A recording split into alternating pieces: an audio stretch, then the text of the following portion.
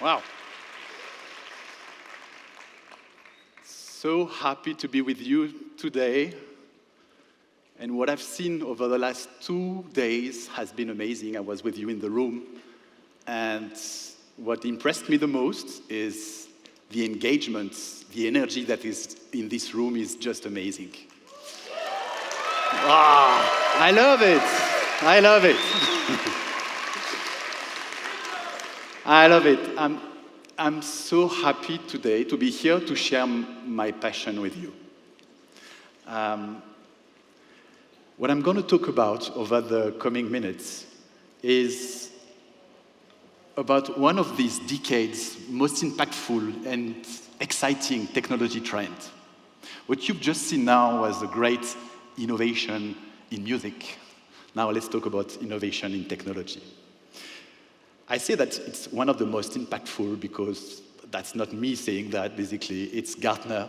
You know, Gartner, the research company, said that over the last 3 years, intelligent automation, which is the topic we will discuss about now, has been ranked in the top 10 top technology trends in the world. We're going to talk now about intelligent automation. I will call it IA to make it shorter. And you will see, it's a new breed of artificial intelligence. We often talk about artificial intelligence like an intelligence that is higher than ours. But if you don't give to the intelligence the arms and legs, the eyes, the mouth, the ears, it doesn't do anything else than a brain in a jar. Okay? So I'm going to show you how we build intelligent automation, which is another step in artificial intelligence. Before going further, let me introduce you Anna. So I'm not going to present today by myself. Anna will help me with this presentation. Anna, are you here? Hello, Pascal. Thanks for inviting me.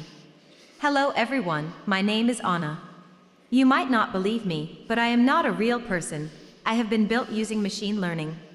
Pascal programmed me to help him share his insights with you, and at the same time demonstrate the cutting-edge capabilities offered by technology today. I am very excited to be with you today. Thank you, Anna. We are very excited to have you with us today. Without further ado, let's deep dive into it. Why do we need intelligent automation? I'm going to show you some horrible pictures in the coming minutes. And for each of those pictures, I want you to say in your mind, I don't want to see that anymore. And when we say that all together, we will understand why we need intelligent automation. So I'll really need your help here. When I'm going to tell you we don't need this anymore, please say no more. Okay? Let's bring this energy that I've seen over the last 2 days. Thank you very much. Do we want a line anymore like this to buy a train ticket, to buy any ticket, to buy a flight? Do we want, again, to queue to go in a plane? I mean, losing time. So we need to digitalize all those processes. But even when they are digitalized, very often they are a headache. Have you already seen that entering the same information from one website to the other, your name, your surname, your address, your telephone number, blah, blah, blah, blah? No more. Thank you. Another thing. How many passwords? How many times do we have to look for those passwords everywhere? Every site has a different security game, and it's horrible. So not only we need to digitalize those customer experiences, but we need to automate them. And with automation, I will show you we can go further. Now let's talk about the workers. That picture is just 1 year old, okay? And I'm sure it's already existing still existing in many, many companies. So we don't want to see that anymore. Do you know that according to a recent survey, more than 85% of the people, of the workers, are not satisfied by their work? They think it's too tedious, too repetitive. You can understand why when you see that. Do we want to see that anymore? Thank you.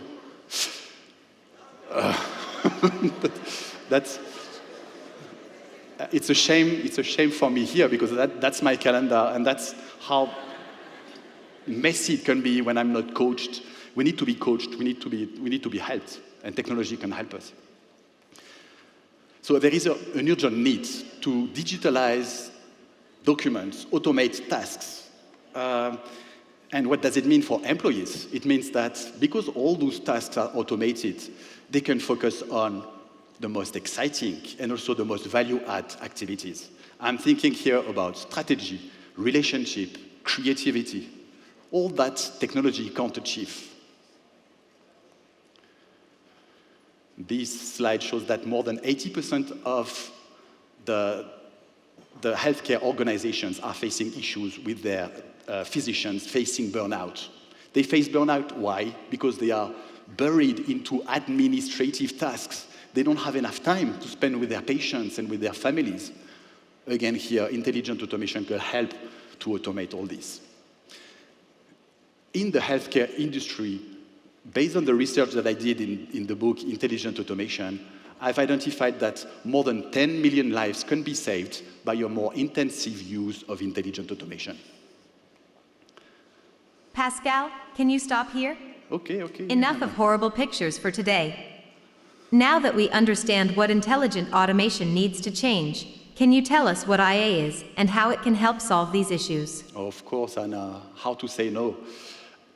To define intelligent automation, let me start by what it is not. And very often when we hear about automation, we think about those robots, those physical robots that we've seen in the manufacturing industry over the last 2 centuries. We are not talking about this here. We are talking about a new type of automation, the automation of the tasks that we perform on computers. All the tasks that we do on a computer, on our keyboard, with our mouse, can be automated with intelligent automation. So think of reconciling files, sending emails, identifying patterns on an X-ray, predicting sales. And why is it so important? And why is it booming in all companies around the world? Because more than 80% of the people in the world are using computers to work. So it means that more than 80% of the people can benefit from intelligent automation. And here in this room, I am part of this team as well. We can all benefit from intelligent automation, automating the boring, repetitive tasks and augmenting us, becoming superhumans, identifying things that our human brain can't do by itself. Now,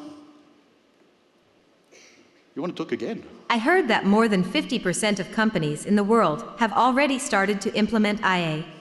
Can you tell us how do they use IA? Of course. Here is a very simple framework to explain this. It's a very powerful one, very simple. As you can see behind me, this framework includes 4 capabilities. And basically, those are the capabilities that we use when we work on a computer. When we work on a computer, we use our vision, our eyes on the screen to understand what we are doing. We execute actions with our hands on the keyboards, using the mouse. We talk and we understand, we read on Zoom, on mails. And finally, thinking and learning, which is the capability of understanding, creating insights, and learning. Those are great capabilities, but as you can see on this framework, the most important are people. People are in the center of this framework. What I mean here is that technology in general, and intelligent automation as well, is built by people for people. So if you don't bring people in the center of those transformations, what I mean here is education, change management, trainings, the transformation doesn't happen as it should be. So it's a critical component. Now, I'm going to walk you through each of those different capabilities and show you how they are supported by different technologies, giving you examples. Let's deep dive into vision, the vision capability. As you can see here, the vision capability is supported by a technology that is called computer vision. It gives computers the capacity to see, to view, to analyze images, to understand characters. Let's have a look at a few examples. This is the example of how you can avoid passwords that we hate using biometric. So intelligent automation can benefit from biometrics to, for example, here, withdraw money in China through ATMs just by face recognition. Another great example, really inspiring one, MIT researchers have just trained this computer vision model to detect melanoma from just a picture of a smartphone, 90% accuracy. Another great example, this program uses computer vision to count objects from a mobile phone camera just by pointing it at it. So great for anyone working in inventory management, merchandising, and more. Let's move to the next, which is execution. Execution, again, here is the hands and legs of intelligent automation. Anything that we do with our keyboards, with our mouse, we can give it to intelligent automation. The key technology that are supporting this capability are robotic process automation, RPA. I'm sure a lot of you have heard about that. You have heard, I'm sure, about smart workflows as well, APIs. Let's have a look at a few examples of robotic process automation. This robot that you can see at the bottom right on this screen is writing an email to chase, remind clients that they have to pay their bills. Okay, so it went into the system, identified which clients were overdue, creates writes the email, sends the email, and manages the back and forth with those clients. Now let's go into a fun contest. So this is a contest of a gentleman versus a robotic process automation program. Both of them are doing exactly the same thing. They are entering data into a system, extracting a report from this system, and sending this report by mail. Let's see who will win. Guess who? So the robot already finished after 16 seconds. And the man's still working on it. Let's have a look. So this is the outcome of the contest. The man took 15 minutes, 5 seconds, did 2 typo errors, while the robot on it took 16 seconds, didn't do any error. So what is the lesson learned from that? For all those transactional, repetitive activities, we better give it to robots, to robotic process automation programs such as this one, because anyway, we don't like this. That's boring, that's bullshit work, let's be honest. So we give it to those robots, and those robots are far better than us. They go faster, they don't do any errors. And during this time, we can focus on more exciting and value-added activities.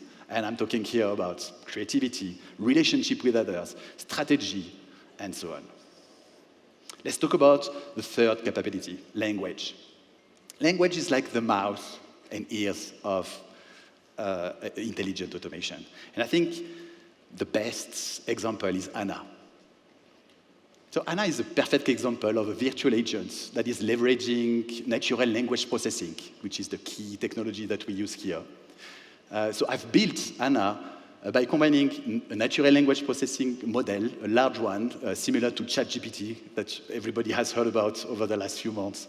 I created her 3 years ago using the GPT-3, so the OpenAI language model that was made available at that time. And I've wanted to give her the look of a human, because that's the best way you can connect with other humans. We are made to bond with other humans. If we can create a technology that bonds with us, that's the best connection. And for this, I connected with a British startup that is called Synthesia, and that is building avatars like this one. So why Anna? Anna is supporting clients 24/7. Anna is supporting patients, making them understand what is their treatment and what are the next steps in their treatment. Anna is a trainer. She helps educate people on different topics. Anna is a support to people that are more lonely, like elderly people. She also supports mental health of elderly people. Let's move to the next capability, which is thinking and learning. And here we talk about the brain of intelligent automation. Thinking and learning is the capability that is supported by machine learning, deep learning, and that gives the computer the ability to analyze, create insight, predict, make decisions, and learn, basically. So examples are forecasts, sales forecasts that we do in many industries that avoids more than 80% of the workload of people. So again, here, instead of crunching data, technology is doing it for us, and it does it better. Accuracy is much higher. Another example is how we can use generative AI to help architects build new designs to another level. This is very clear. IA leverages four capabilities, and each of them is supported by different technologies. Can you give us an example of how we can combine these capabilities together? Of course, Anna. Very simple and very magic one, because everyone here has already seen that in their lives. It's about opening a bank account. So traditionally, when you want to open a bank account, you go to a branch office like this, and you have to sign up documents for hours. You have to bring your documents. It takes a long time, and at the end of the day, you get your account opened, if you're lucky, in 3 days, on average in 1 week. And this is with intelligent automation, the new customer experience. So you're seated on your sofa. In 5 minutes, you get your bank account just opened from your phone. So how does it work? Where is the magic? This is a typical process in the background to open a bank account. So don't try to read everything here. Just remember that there are 8 steps. And each of those steps currently, in the traditional way, are done manually by people in the background. Those people receive the information from those clients. They enter this information, they check it, they reconcile it, they send emails to the client, and finally they take the decision to open the bank account, and they open it finally.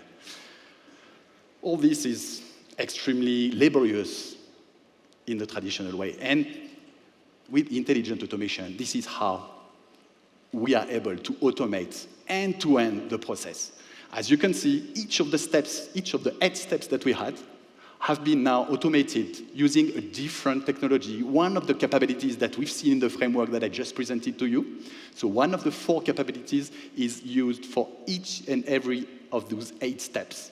And as you can see, we can see the legends, and the color coding is the same. So that's the magic. And at the end of the day, this increases extensively the customer experience, the employee experience, and also decreases cost to make sure that everyone's happy. Now, to finish this discussion, I want to share with you a dream. The dream of a world where everyone would have an exciting job. No more bullshit job, no more those repetitive, tedious jobs. I'm dreaming of a world where technology will help us such that we would work less time spent at work, but the time we spend at work would be of a higher value, would be really focusing on our human capabilities, the ones that technology will never be able to achieve. I'm dreaming of a world where, because we have more of this time, we can spend more time to do what we really take care of, the reason why we are on Earth, and what is the most important thing in our lives. It is spending time with our families, with our friends, spending time on our passions, spending time taking care of the others, taking care of the planet. So basically, spending more time being more human. And that's really what passionates me. Thank you very much.